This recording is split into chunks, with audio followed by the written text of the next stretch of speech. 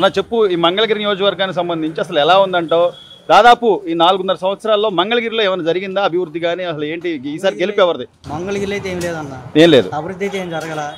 ఈ సీట్ కూడా లోకేష్ కన్ఫర్మ్. ఎందుకు లోకేష్ ఎందుకు అనుకుంటున్నారు? లోకేష్ ఏంటంటే ఓటమి తొలిమెట్టు అని చెప్పి అన్నారు, ఫస్ట్ ఓడిపోయాడు, ఇప్పుడు కూడా గెలుస్తాడు, దాంట్లో డౌట్ లేదు.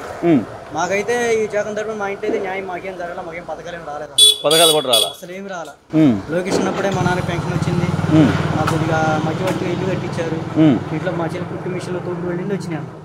దీంట్లో తిరిగి సీట్ పెట్టి కన్ఫర్మ్ మా ఇంట్లో రోడ్డు కూడా లోకేష్ వేసేస్తాం. కానీ అంటే లోకేష్ గారు ఓడిపోయినా కూడా జనాల్లో ఉండి వాళ్ళకి పథకాలని అవన్నీ ఇవన్నీ ఇస్తుంటే, మరి గెలిచిన వ్యక్తి 2 సార్లు గెలిపించారు మీరు ఒక వ్యక్తిని ఇక్కడ, మరి ఆయనేమో ఈసారి బీసీకి టికెట్ ఇస్తున్నారు, బీసీని గెలిపించండి అని చెప్పి లావణ్య గారు, మురుగుడు లావణ్య అనే ఆవిడని నామినేట్ చేయటం అసలు అంటే ఏంటి? ఆర్కే 2 సార్లు గెలిచినా కూడా ఏం లేదన్న, అసలు ఈసారి ఓడిపోతాడని చెప్పి ఆర్కే కూడా తప్పుకుంటున్నాడు. లోకేష్ వచ్చే ఎవరు లేరు, ఆర్కే ఓడిపోతాడని తెలిసే తీసుకోవాలి సీటు, తీసుకోవాలి. అందుకే ఇప్పుడు ఆ లేడీస్ నిలబెట్టారన్న, మరి గెలిచేవాడు దాన్ని నిలబడచ్చు కదా, అంతే కదా. మరి మొగలు మొదలు పోటీ ఉండొచ్చు, మరి లేడీస్ నిలబడుతుంది. ఇప్పుడు లోకేష్ గారిని అనేక రకాలుగా ఇబ్బందులు పెట్టారు, ఆయన బాడీ షేవింగ్ చేశారు, తిరగలేడన్నాడు. మరి యువగళం పాదయాత్రలో ఆయన తిరిగిన తర్వాత ఆయన్ని ఒక సెపరేట్ నాయకుడిగా చూసారు, ఇంకా ఒక మాజీ ముఖ్యమంత్రి కొడుకుగా చూస్తున్నారంట జనాలు. యువగళం పాదయాత్ర వచ్చినప్పుడు ఆయనకు విలువ పెరిగింది, ఇంకా ఒక నాయకుడిగా ఆయనకి మెరుగుపరిచాడు, ఒక నాయకుడి విలువ వచ్చింది. అసలు ఆయన గెలుస్తాడు, దాన్ని తిరగలేదు, ఖచ్చితంగా గెలుస్తాడు ఈసారి నారా లోకేష్. అయిందన్న మర్చిపోవడం, జగన్ వచ్చి నిలబడ్డా కూడా ఆయన వల్ల కాదన్న, జగన్ వచ్చి నిలబడ్డా అంత సీన్ లేదు. అంటే ఏంటి ఆయన మీద ప్రత్యేకంగా అంత అభిమానం ఎందుకు చెప్పగలుగుతున్నారు మీరు? అంటే ఓడిపోతేనే ఆయన ఎంత బాగా చేశాడు లోకేష్, పథకాలు ఈ రకంగా గెలిస్తే ఇంకెంత బాగా చేస్తాడు, అదొకటి కదా. అవును, అసలు ఇప్పుడు ఈ 4 సంవత్సరాల్లో రాష్ట్రం కరోనాతో బాగా ఇబ్బంది పడిపోయింది అన్న. పోలవరం ఆగిపోయింది, పోలవరం పూర్తయింటే కొన్ని లక్షల ఎకరాల నీళ్లు వచ్చాయి, రాజధాని పూర్తి అయిపోయేది, సస్యశ్యామలంగా ఉండేది రాష్ట్రం.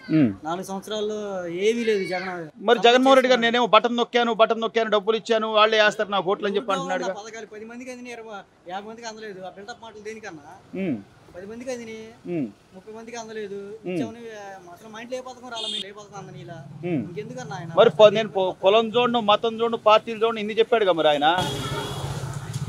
అవసరం అన్న పరిపాలన జాతకాలు ఏదో ఒకసారి చూద్దామని చెప్పి అవకాశం ఇచ్చారు, నిలబెట్టుకోవాలా. ఇక ఇప్పుడు ఒక పిచ్చుకొక్క బజార్లోకి వస్తే తరిగి కొడడానికి 4 మంది పోగు అవుతారు. అంటే పవన్ కళ్యాణ్, అలాగే పవన్ కళ్యాణ్ బీజేపీ కూడా ఓకే అయ్యారు, సపోర్ట్ ఇచ్చారు, దాంతో తిరిగిలేదు. మేము మనస్ఫూర్తిగా లోకేష్ గెలవాలని కోరుకుంటున్నాం అన్న. అంటే ఇక్కడ లోకేష్ గారు గెలవడానికి అంశాలు అంటే ఆయన గెలుస్తాడు అని అంత గట్టిగా చెప్పగలుగుతున్నారంటే ఆయన ఇచ్చిన సంక్షేమ పథకాలు అంటారా, లేకపోతే ఇక్కడ సరైన నాయకుడు ఆయనకి పోటీ లేరంటారా? సరైన అభ్యర్థి లేడు లోకేష్ కి.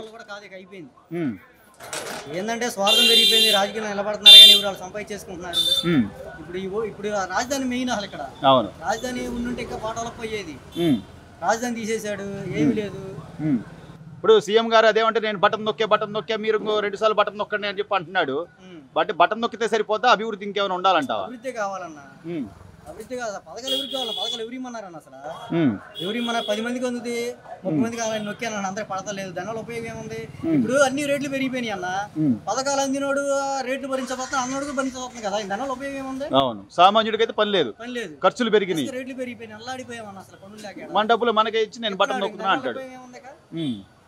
ఈసారి అయితే మంగళగిరిలో లోకేష్ గెలుపు ఖాయం అంటారు. తిరుగులేదు. సార్ దాదాపుగా 4.5 సంవత్సరాలు ఇక్కడ ఆర్కే గారు 2 సార్లు గెలిపించారు కాన్స్టిట్యున్సీ. ఈసారి ఆర్కే గారు లేరు, ఏదో బీసీ మహిళకి చివరి నిమిషంలో సీట్ ఇచ్చామంటున్నారు. లోకేష్ గారు ఏమో ఓడిపోయినా కూడా జనాల్లో ఉంటున్నారు అంటున్నారు, ఆయన ఏదో పనులు చేస్తున్నారు, సంక్షేమ పథకాలు ఇస్తున్నారు. ఏంటి సార్ స్థానికంగా మీ అభిప్రాయం ఏంటి? ఎవరు గెలిచే అవకాశాలు ఉన్నాయి ఈసారి? మాకుంటే స్థానికంగా లోకేష్ గారు ఇప్పుడు 2019 ఓడిపోయినా కానీ మాకు అన్ని పనులు చేసి పెట్టారు, ఆయన చేశారు బాగా. ఆయన వల్ల పార్టీ ఏదైనా కానీ ఆయన మంచిగా చేశాడు, వ్యక్తి మంచోడు. దాని మీద మేము ఆయన మీద బాగుంది ఒపీనియన్. మంగళగిరిలో మాత్రం బాగుంది, చాలా బాగుంది.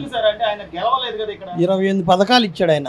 ఒక శాఖల వాళ్ళకి ఇస్త్రీ పెట్టనేది, ఒక బళ్ళోళ్ళకి కానీ, ఒక కాయలకూరల బండి కానీ, అలాంటివి చాలా మంచి పనులు చేశాడు. లేని వాళ్ళకి చేనేత వాళ్ళకి చేనేత రాట్నాలు అనేది కూడా ఇచ్చాడు. ఆయన ఏది అడిగినా కానీ చేశాడు. అలాంటి వ్యక్తికి కావాలంటే మేము వేయగలుగున్నాం ఓటు. ఏదో మాకు మంచి చేశాడు కాబట్టి మేము మంచి. ఆర్కే గారు కూడా మేము ఏదో చేశారు, జగన్మోహన్ రెడ్డి గారు ఏదో బటన్ నొక్కాడు, 130 సార్లు ఏమో నొక్కాడు, మీరు కూడా 2 సార్లు నొక్కండి, ఈసారి బీసీ మహిళలు నిలబెట్టాము అని అంటున్నారండి. వాళ్ళ వర్గాలు చెప్పుకుంటున్నారు, వాళ్ళ పార్టీ వరకు అంతే. అంతకు మించి అభివృద్ధి అనేది కనపడతానే ఉంది ఎవరికనేది. ఏంటి ఫాలోయింగ్ మెయిన్ అది. కానీ సార్ రాష్ట్ర విభజన తర్వాత మంగళగిరి అమరావతి దగ్గరగా ఉంది, ఎంతో డెవలప్ అవుద్ది అనుకున్న మంగళగిరి ఈ రోజున వెలవెలబోయే పరిస్థితి, వ్యాపారాలు లేవు, ఎవరికి కూడా వ్యాపారాలు లేవు అని చెప్పి. వ్యాపారాలు అనేది లేదండి, ప్రతి ఊళ్ళకి ఏమీ లేదు. అభివృద్ధి అనేది డెవలప్మెంట్ అనేది జరిగిందనుకోండి, నలుగురికి 4 రకాలుగా అభివృద్ధి ఉంటుంది.